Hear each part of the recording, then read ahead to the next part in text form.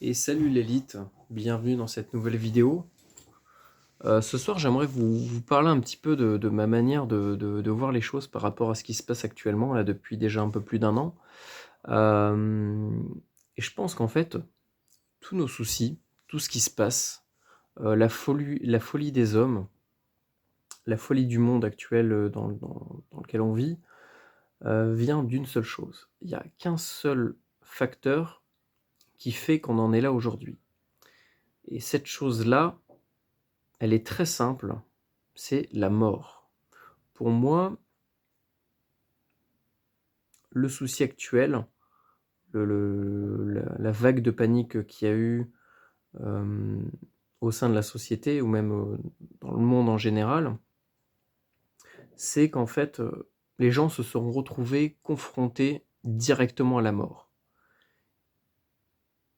et ça, c'est quelque chose qu'on a oublié. C'est-à-dire qu'avant l'ère industrielle, avant, on va dire le la société un peu progressiste dans laquelle on vit actuellement. Alors, je ne suis pas contre le progrès, mais progresser, c'est pas toujours bon. Enfin, ce que je veux dire, c'est qu'on peut progresser tout aussi bien dans le bon sens que dans le mauvais sens. Et je pense que la société, dégénère actuellement parce qu'on a oublié certaines choses. On a oublié que la mort fait partie de la vie, que sans la vie, il y a pas de mort, que sans la mort, il y a pas la vie. C'est quelque chose de bête, mais les gens l'ont oublié et là, depuis un an, les gens se sont rendus compte qu'en fait, bah, ils pouvaient mourir de manière aléatoire et je pense que c'est vraiment tout vient de là. Que ça soit en fait tous les soucis, que ça soit au niveau du virus qui s'est propagé, et cetera. Au final, si on regarde bien au niveau des chiffres, c'est pas très grave. C'est pas ce que j'appelle une épidémie. Pour moi, une vraie épidémie, c'est que des milliers, des millions de gens meurent, que dans la rue, qu'on se retrouve saturé de cadavres, qu'on ne sait plus quoi en faire et que, je sais pas moi, le un quart, la moitié de la population meurt. Sauf que là, c'est pas du tout le cas. C'est très, très infime et encore, c'est que des cas bien précis, de comorbidité, d'obésité, et cetera, de gens qui ont des soucis, cardiovasculaires, et cetera. C'est vraiment des cas très précis et malgré ça, bah, je pense que même nos dirigeants sont devenus fous, en fait. Ils sont devenus fous parce qu'ils se sont eux-mêmes retrouvés confrontés à cette mort et je pense que depuis, au moins, je pense, un bon demi-siècle et ben, la mort, on la côtoie plus, en fait et c'est ça qui fait qu'on est autant, déconnectés de la vie. Je pense qu'en connaissant la mort, en la côtoyant, il suffit de regarder, des gens qui font des métiers très difficiles. Ça peut être des gens qui ont vu, beaucoup de drames humains, qui ont fait peut-être des guerres, qui ont bossé dans le médical, qui ont vu, plein de choses très dures et ben, ce sont souvent ces gens-là qui savent relativiser la vie, qui savent voir les bons côtés des choses et je pense que dans notre société, ce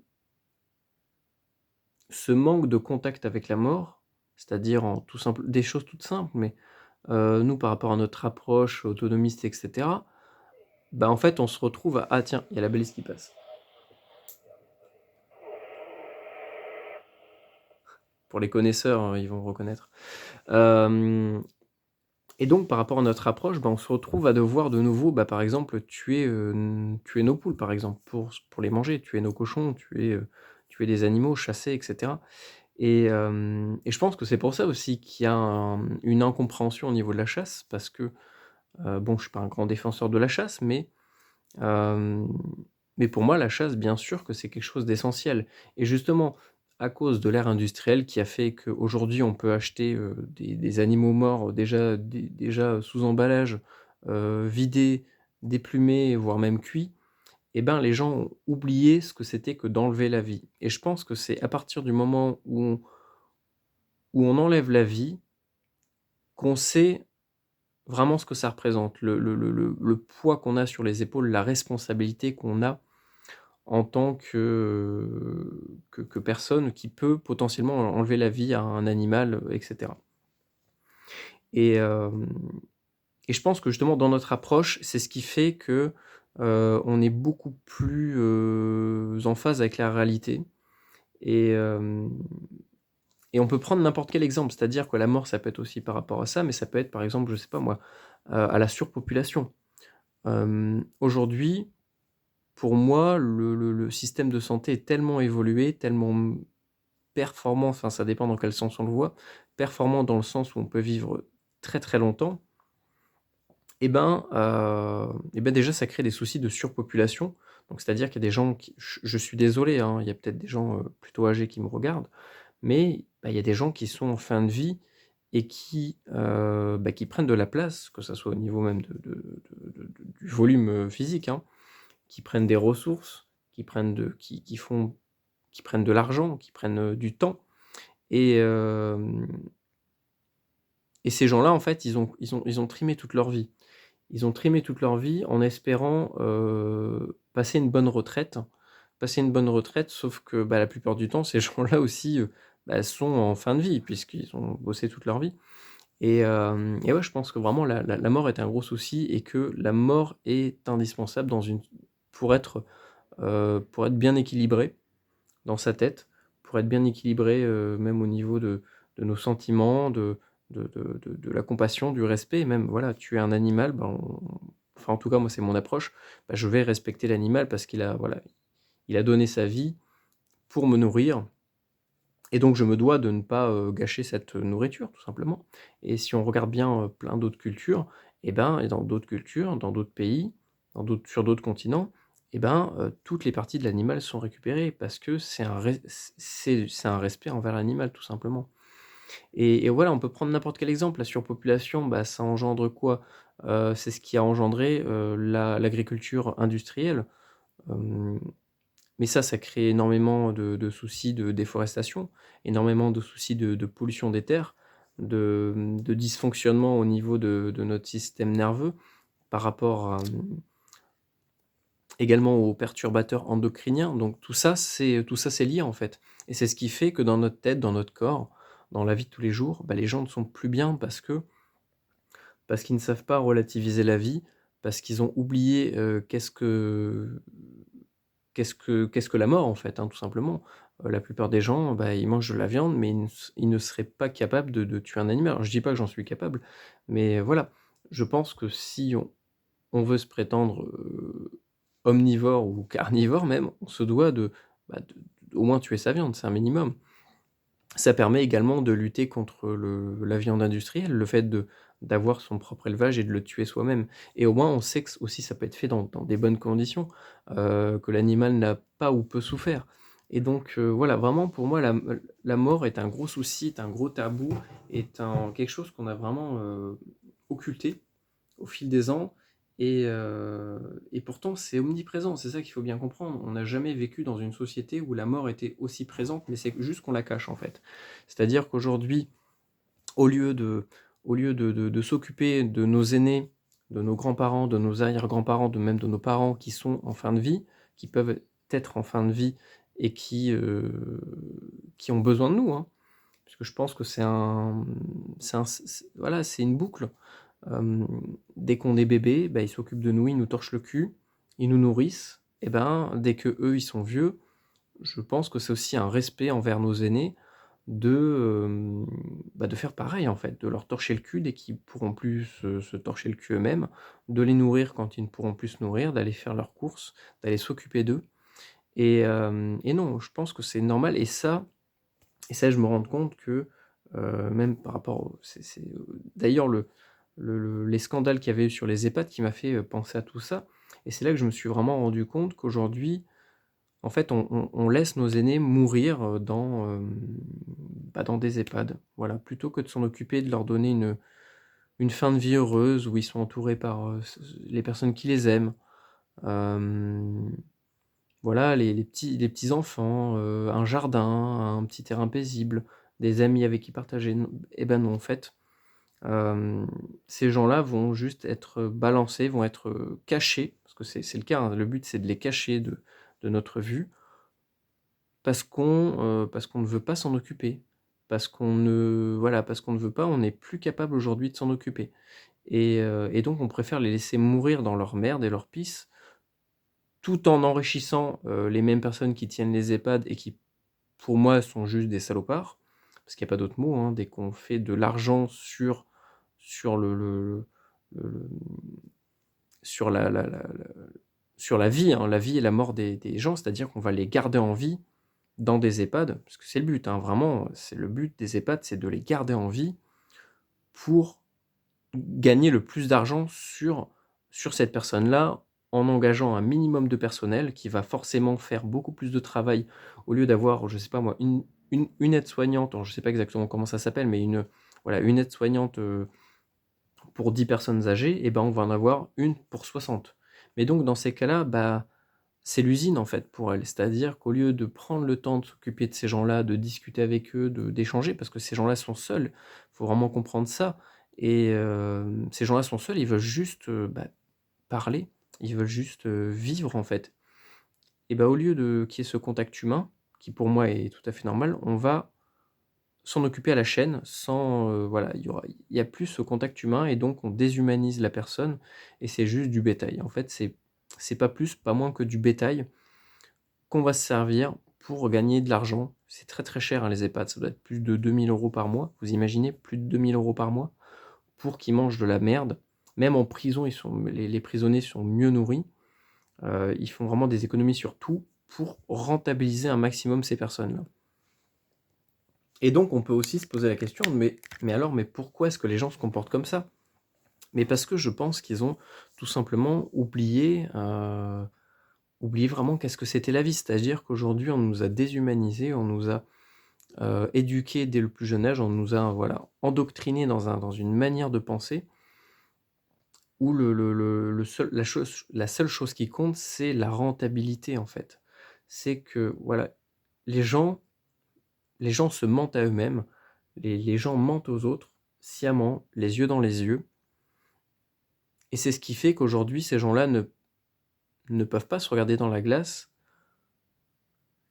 mais ils continuent de faire ce qu'ils font parce qu'ils veulent pas, en fait. Ils veulent ils ne c'est on vit dans une génération où les gens n'assument plus rien, où ils n'assument plus leurs idées, leurs propos. C'est-à-dire que, voilà, même moi, j'essaie des fois de débattre avec des gens de mon âge sur des sujets actuels, voilà, des choses qui se passent en ce moment, hein. Ça peut être plein de choses, des conflits, voilà, ce qui se passe même en France.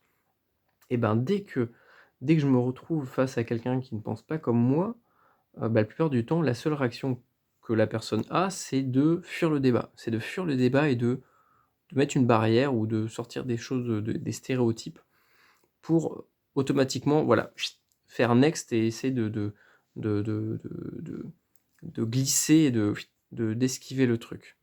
Et aujourd'hui, on vit dans une société, voilà, où les gens n'assument plus rien. Ils n'assument plus leur propre famille, donc leurs parents, leurs arrière-grands-parents, ils ne s'en occupent plus. Ils préfèrent les laisser mourir pour ne pas avoir, voilà,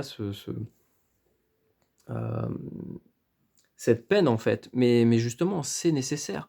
C'est ce qui fait que voir j c'est dur, mais la vie est comme ça, en fait. C'est ce qu'il faut aussi comprendre, c'est que la vie, c'est pas un Kinder Surprise et que, bah, oui, forcément, bah, dans la vie, on va perdre des gens, on va perdre nos proches et justement, c'est là qu'ils ont le plus besoin de nous et c'est là, justement, où il ne faut pas être un lâche et il ne faut pas fuir. Il faut au contraire tenir bon, même si c'est dur, même si c'est dur de voir, quelqu'un de proche partir petit à petit, le voir s'éteindre, jour après jour. Mais c'est ce qui f mais c'est aussi une marque de respect, c'est-à-dire qu'on leur doit ça et encore une fois, on en revient à la mort, c'est-à-dire que les gens ne veulent plus voir la mort, ils fuient la mort. Mais ce vouloir ce besoin de fuir, perpétuellement l'adversité, bah, c'est ce qui fait qu'aujourd'hui on vit dans un monde de lâches. On vit dans un monde de gens sans honneur, comment dire? sans valeur, en fait, sans valeur. Ils sont juste, voilà, ils sont remplis de jalousie, de plein de choses négatives et tout ça, à chaque fois, on en revient à la mort, voilà. La surpopulation, c'est la mort. Comment dire?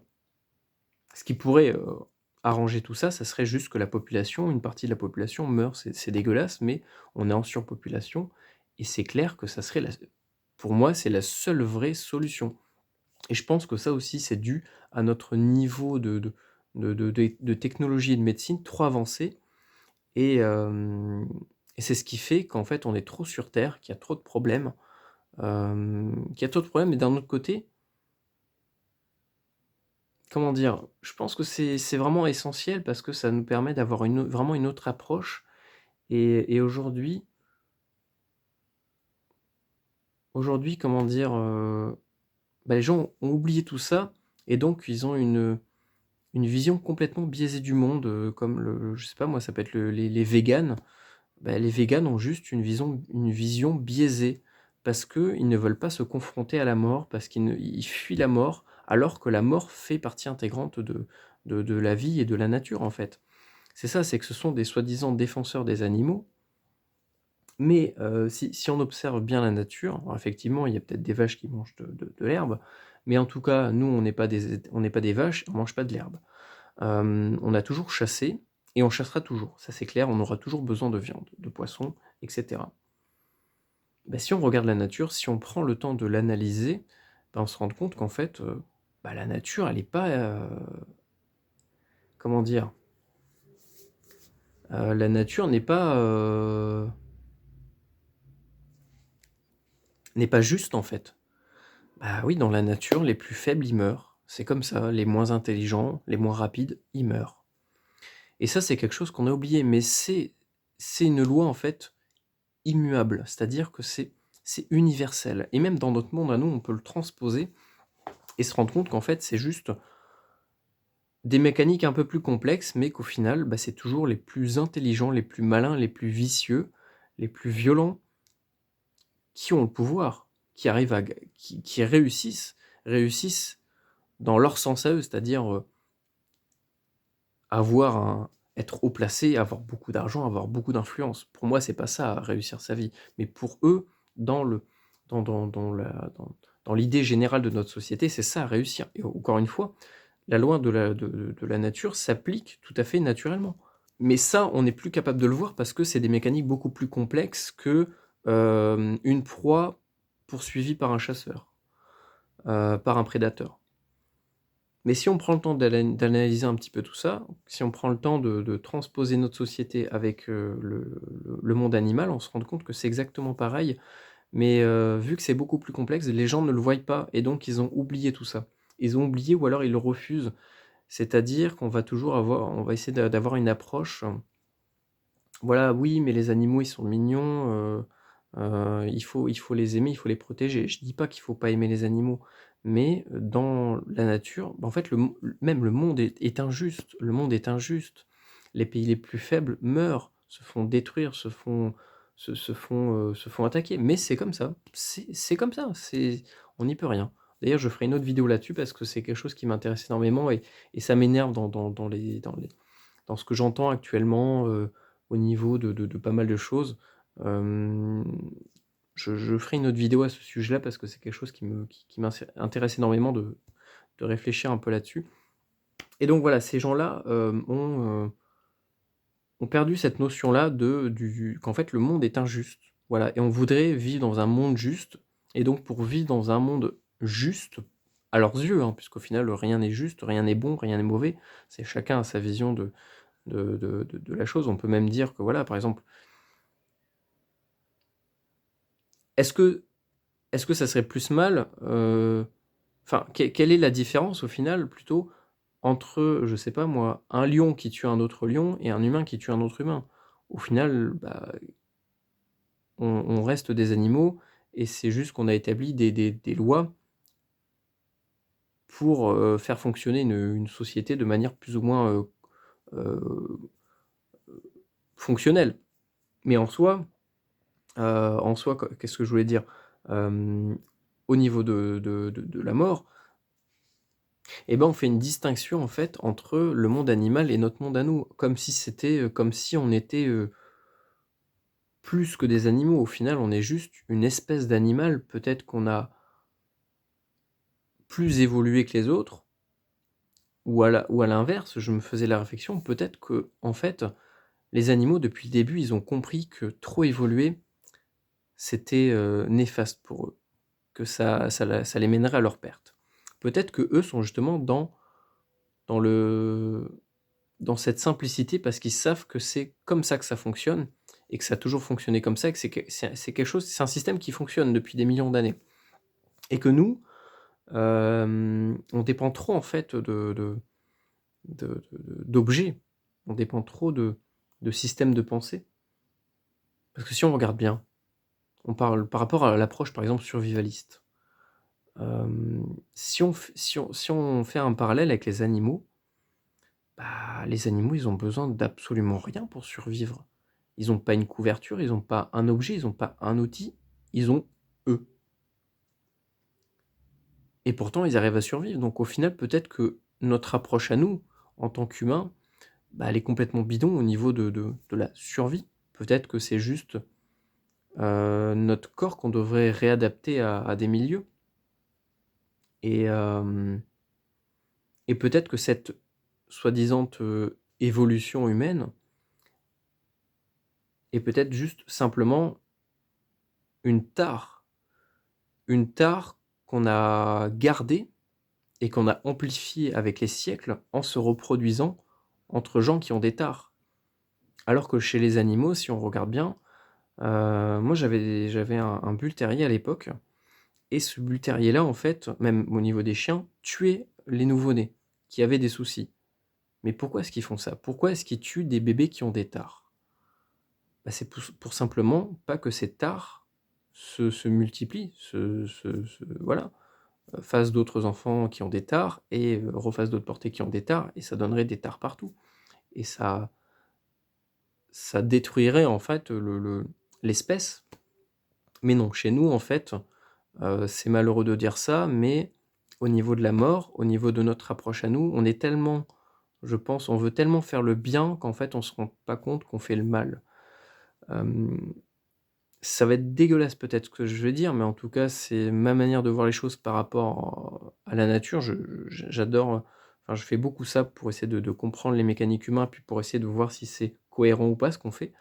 Hem Et ben, chez nous, par exemple, les gens qui ont, des handicaps, qui ont des choses, hein, voilà, des gens qui vivent comme des légumes toute leur vie, ça peut être dégue je suis dé je des gens vont me dire que je suis dégueulasse, mais c'est comme ça. Et ben, nous, on va les garder en vie. Mais quel est l'intérêt? Quel est l'intérêt de garder ces personnes en vie? Ces gens-là vont peut-être ils vont peut-être s'épanouir sur certaines choses, mais ils ne s'épanouiront jamais entièrement comme un être humain, basique, qui peut bouger, qui peut parler, qui peut se déplacer librement, enfin librement, je me comprends, qui peut communiquer, qui peut interagir, de manière tout à fait normale, qui peut faire qui peut pratiquer certaines activités. Ces gens-là, au final, ils passent leur vie isolés, seuls, à dépendre de machines et et c'est des vies gâchées, en fait. C'est des vies gâchées et ça prend de la place. Aujourd'hui, avec la surpopulation, ça prend beaucoup de place, ça prend beaucoup d'argent, ça prend beaucoup de temps pour s'en occuper, mais parce qu'on est trop gentil. C'est-à-dire que l'humain, je pense que c'est une tare d'être trop, de trop vouloir faire le bien. Alors que si on transpose ça, sous une espèce, autre animale, et ben, ce bébé-là n'aurait pas survécu. Il l'aurait tué. Tout comme chez des fourmis, bah, dès qu'il y en a une qui a des pattes en moins, bah, il la tue. Enfin, je sais pas, on va pas la laisser souffrir toute sa vie et elle est pas utile à la fourmilière. Tout comme, quelqu'un d'handicapé sera difficilement utile dans une société où on a tous normalement un rôle à jouer et ça encore une fois, c'est un souci par rapport à la mort. On a une approche, je pense, trop, on s'est vraiment perdu. On s'est perdu par rapport à la mort et c'est un concept qu'on n'arrive plus à assimiler, qu'on n'accepte plus, qu'on ne comprend plus. On ne comprend plus pourquoi est-ce que la mort existe et on n'accepte plus, non plus notre mort. Il suffit de voir on va prendre exemple le mouvement survivaliste. Pourquoi est-ce qu'on veut absolument survivre? S'il y a une apocalypse, je pars dans un délire, hein, c'est parce qu'il y en a voilà, c'est le délire qu'on peut trouver au cinéma, donc c'est vraiment pour rester dans le stéréotype. C'est pas parce que c'est pas ma vraie vision du survivalisme, pas du tout, mais il y en a qui se préparent à des apocalypses nucléaires. Quel est l'intérêt de résister face à ça? De vivre comme un rat toute sa vie dans un bunker? Enfin, ça n'a aucun intérêt. Il faut, aussi accepter son sort.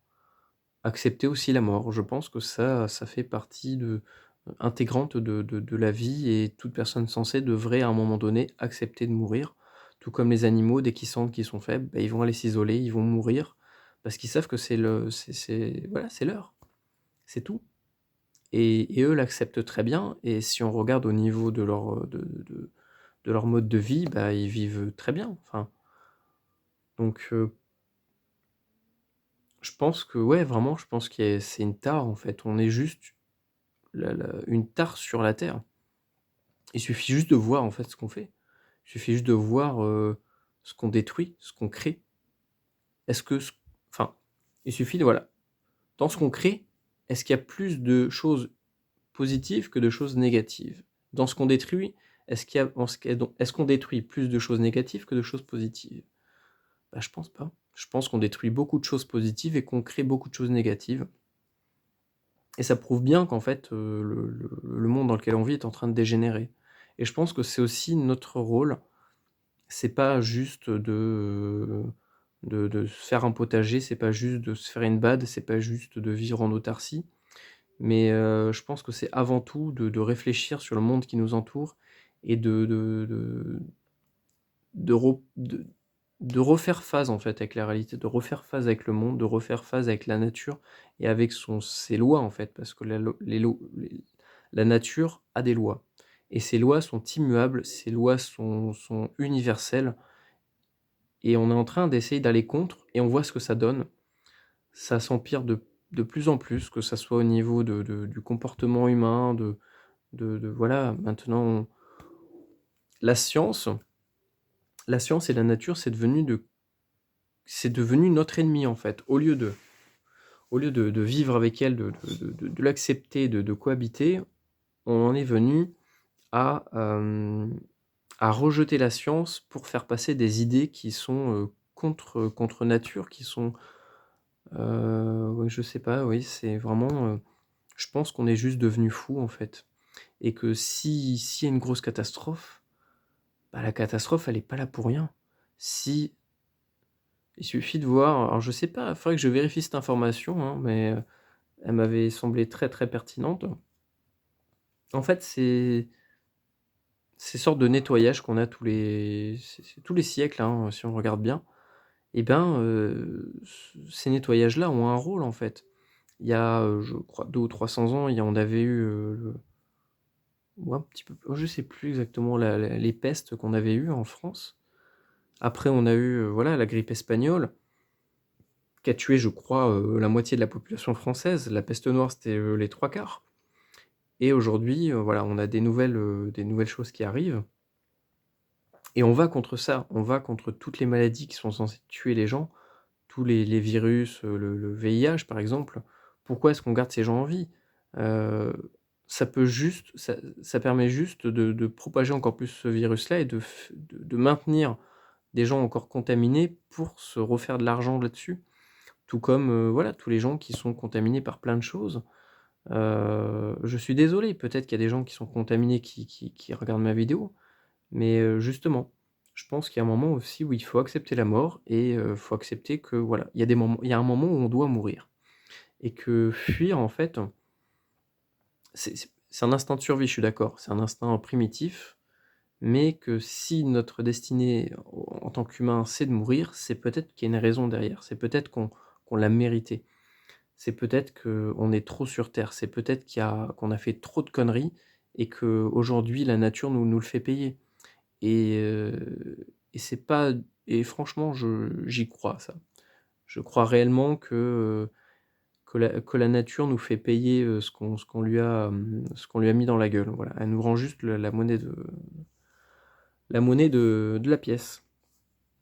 Enfin voilà, c'était ma vision par rapport à la mort et je pense qu'on est vraiment déconnecté de tout ça et qu'on est juste devenu cinglé, qu'on est devenu hypocrite et qu'on est devenu, voilà, qu'on se voile la face par rapport à tout ça et qu'on préfère acheter de la viande sous blister, qui a été tuée dans des circonstances abominables, plutôt que de le faire soi-même proprement et de respecter l'animal et de lui donner une bonne vie, puisque c'est ça aussi, c'est pas juste de se faire de la viande, mais c'est qu'à cet animal-là, on lui donne une chance d'avoir une meilleure vie que dans un élevage, industriel et voilà, après, les animaux, au niveau de la mort, ils ont aucun souci. Je pense qu'on se questionne trop, en fait, je pense que le questionnement, c'est en fait, c'est une tare. Les animaux, je pense qu'ils se posent pas la question de pourquoi. Parce que s'ils commencent à se poser des questions de pourquoi, ça dégénérerait vite, en fait, chez eux et voilà. C'était ma manière de mon approche, sur tout ce qui se passe actuellement et je pense que, ouais, les gens perdent les pédales parce qu'ils se retrouvent confrontés à la mort et qu'ils sont plus habitués à ça, en fait. Ils sont plus habitués à voir des gens de leur entourage mourir parce qu'ils ont l'habitude de les cacher dans des EHPAD, dans des hôpitaux ou autres et qu'aujourd'hui ça nous tombe dessus et que même nos dirigeants deviennent fous parce qu'ils ont peur de mourir, parce qu'on a tous oublié ce que c'était que le la vie et la mort. On est complètement déconnecté de la réalité, en fait. On vit dans un monde parallèle, en fait et on pense qu'on a raison, on pense qu'on a tout compris. Je pense que c'est surtout ça, je pense qu'on a tout compris à la vie, qu'on a tout compris au monde, alors qu'au contraire, je pense qu'on depuis le début, on fait des erreurs et on continue de les faire au lieu de se corriger, de comprendre de nos erreurs, on continue à les répéter et c'est ce qui fait que regardez, prenez n'importe quel sujet et ben, l'humain ne retiendra jamais de leçon de ça. L Prenez n'importe quoi, des grosses catastrophes et regardez si aujourd'hui on en a retenu des leçons et vous verrez que c'est pas le cas. Parce que voilà, c'est dans notre manière de faire et c'est ça qui fait qu'on tout ça va nous mener à notre perte, en fait. Et donc moi, mon approche, c'est surtout de vivre mieux, de vivre en étant le moins dépendant de ce monde-là, de cette société-là. Je veux pas me préparer à une fin du monde, c'est de la connerie. Si ça arrive, ça arrivera et si je dois mourir, je mourirai, c'est tout. Je l'accepterai et c'est comme ça, c'est tout. Je pense qu'il faut, juste accepter des fois les choses, accepter que c'est comme ça et pas autrement. Qu'on ne peut pas tout contrôler. Voilà, on n'a pas le contrôle sur tout et il faut l'accepter. Allez, je vous souhaite, bonne soirée. Prenez soin de vous et à la prochaine. Salut.